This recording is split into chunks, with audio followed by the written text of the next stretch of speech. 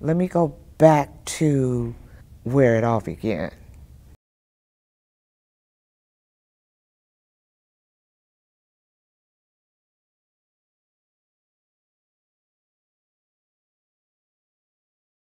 In 1960, I was 10 years old when I lived in Rockwell Gardens. And we were new to everything. We stayed in the house. We didn't do anything. Mom said, "Oh no, you're not going out." You know, that was typical of her. You know, she was looking out for our best interests. And then, you know, we found out that Rondu House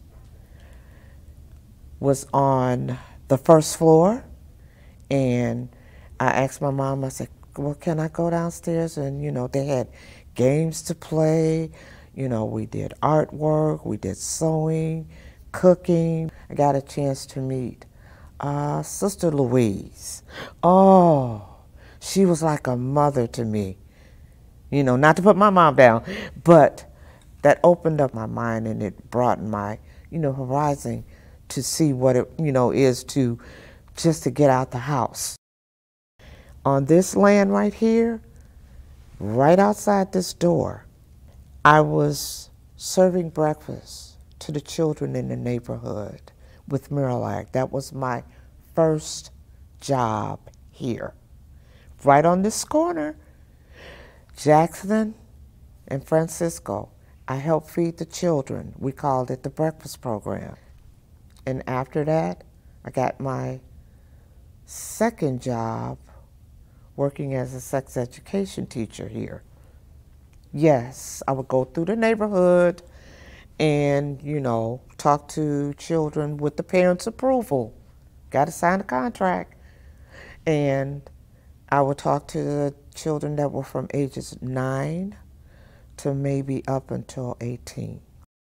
I finally landed a job working for the police department and working in that type of field and, you know, doing typing, you know, and looking out for the people that were there.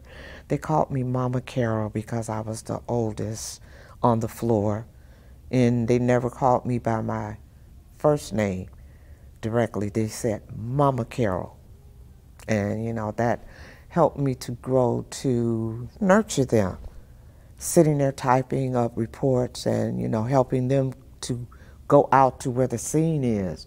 That was just, oh, mind-blowing.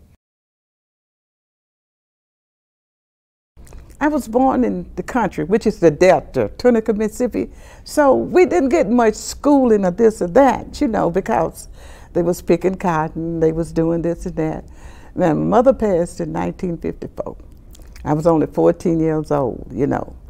Down in Mississippi, I had an older sister, which they came and got me. And she was like 26 and I was 14. So I came here to Chicago in 1954. I went to Penn Grade School, went to Farragut High School, spent 1 year with a college at the time called Luke College, spent 1 year down there.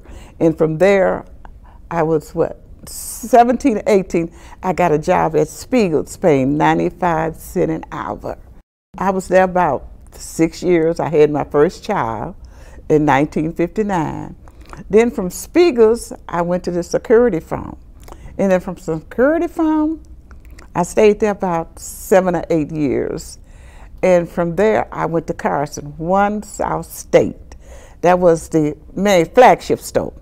I stayed from there from 1992 until 2007. That's when they shut it down. I had no other job since then. I retired. Then that's when I started coming to the pantry. I would get up like 4:30 or 5 o'clock in the morning because the earlier you get there, the better off it is. So I would get up and get in line and wait to get the food, which was, I needed it at the time because I didn't have much, you know. It meant a lot to me. It means like the world to me, you know, and I'm not ashamed or nothing, you know, it just keep me moving on. Yes, and they always said, "Grandma, we thank you. You're gonna live to get 100." I said, "I don't know." I said, "But I thank God for the days that I'm here."